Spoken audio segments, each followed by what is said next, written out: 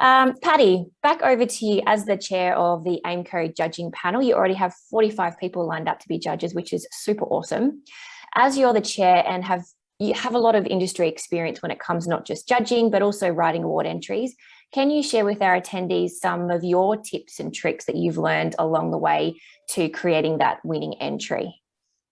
Sure, and I think I guess I'll be building on what Shivani was just sharing there. Yeah, in terms of over the years, having judged and worked with the MFA Awards Committee and judged a number of local and global award entries, you get a sense of I guess what good work looks like, and that's the important thing. So overall, yes, the five things that I always go into when thinking about writing an award entry, and hopefully some of this is useful and builds on what Shivani was saying, was first and foremost, think about your audience. Who's reading your entry right now? When you're essentially writing to the judges, and it's not about having the best work, it's about proving to the judges that your work is the best. And there's a slight difference there, and you have to get into that mindset. And also, being judging can be glamorous, as Shivani said. Sometimes it's with a glass of rosé in Cannes, and sometimes it's not as glamorous, where you're sat in a room, or sometimes at home doing it, or with all your other work. So just remember that judges are very passionate. They love what they do. They love the work, so they want to see great work. They are short of time, and they don't have a lot of time to find I guess the gold that's in your entry. So make it as easy as possible when writing those entries. And also, we're very skeptical. We are looking for reasons to reject entries, especially sometimes if you're judging. You could be judging over 40 entries, and over that time you start to get into a flow and you want to see stuff that stands out. So just be wary of, I guess, the mindset where the judges are and what you're trying to do with them.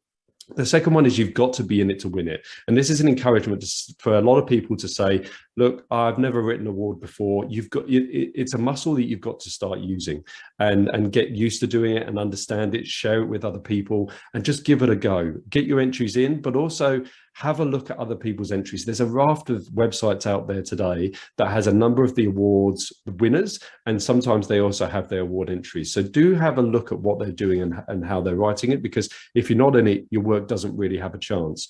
As Shivani mentioned, you've got to know when the dates are. Don't leave it to the last minute on the day. The amount of times I've known that a website has gone down because everyone's trying to enter at the same time. Definitely get your entries in as quickly as possible. Think about your word count.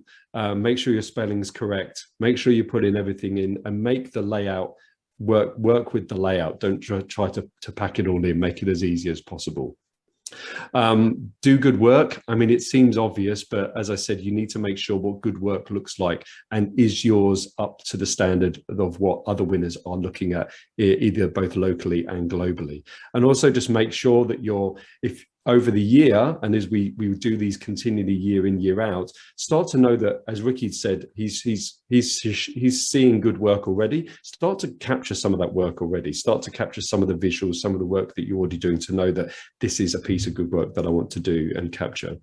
In terms of telling a story, we are supposedly all storytellers. So try to make your entry as interesting as possible. Try to tell that story rather than just tell me the facts. Create a theme. Tell it, give it to your mum or dad or someone else, and give it that elevator test. If you could summarize this award in that time that you're spending in the elevator or on a phone call with your nan around what you did today, if you can make sure that they can summarize it and they can understand it, then it will be much easier for judges as well. Create that story, give it some intrigue, give it some drama. Bring out the hero within it. There's lots of different ways of creating and telling a story.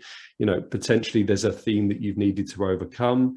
A great headline always draws a judge in, reasons why to want to see more about that entry. And try to use some of the things around humor, empathy, emotion. There's lots of things that perhaps were already in your work, but if you don't translate that into the entry, there's a disconnect. So try to make your work as interesting as the entry itself. And also, when it comes to the results, as Shivani mentioned as well, just make sure you're putting in there the things that you really feel need to be in there. There's nothing worse than trying to pack in everything as much as you can. examples could be, you know, when raising awareness, we wanted to, and the consideration of this, and the campaign ultimately was delivering leads on a budget of, you know, 50,000. There's almost too much in there when you could just make it very simple and say, our challenge was to deliver leads for just 50,000, and just making sure that you're very clear and concise on that. Importantly, as Shivani also said, cliches and jargon, you almost could play a game of bingo when going through some of the entries as well, when thinking about those that are important. Lastly, showing that it worked. Certainly as a judge for me, when you're going through a number of things, if your objectives don't match your results, then I will immediately probably throw it out. Because for me, it says that you didn't expect those results to happen because you didn't set out to have them in the objectives at the beginning, or vice versa. So if you don't have those things, just make sure that they link. If they don't, it's a very easy way to cull that entry and move on to the next one. And then lastly, it's important to go beyond the data as much as you can. Understand the differences between, you know, media metrics, which yes, are important, but if you can show, I guess, important client metrics that are really important, you know, penetration of growth, frequency of purchase, market share growth, or distribution, anything like that, are much more preferable than just, you know, numbers of engagements, number of followers, and those kind of things. That starts to mean more, and gives a wider sense of the impact that influencer marketing can have on clients' business. And then just give your data a sense of scale. You know, what has that really meant, rather than just getting into the finer details of it. I suppose in a summary, yes, those are the things that I guess I've seen overall. Whenever I've spoken to judges or I've done podcasts on work, everyone wants to come out of it going, you know, if Shivani swore, then I will swear. Fuck, I wish I did that. That's what we really want to see. You want to go, I wish I'd done that. And that's when entering awards, judging awards, you start to see where the bar is out there today. And that's where you need to be reaching. So until you know where that bar is, you'll just keep producing work that you, in your own set, is good enough. But now it's about trying to raise the bar and go beyond it. So enjoy writing your entries. We'll try and put some of those rules up on the website. But yeah, enjoy doing it, enjoy learning the process, and have fun with it.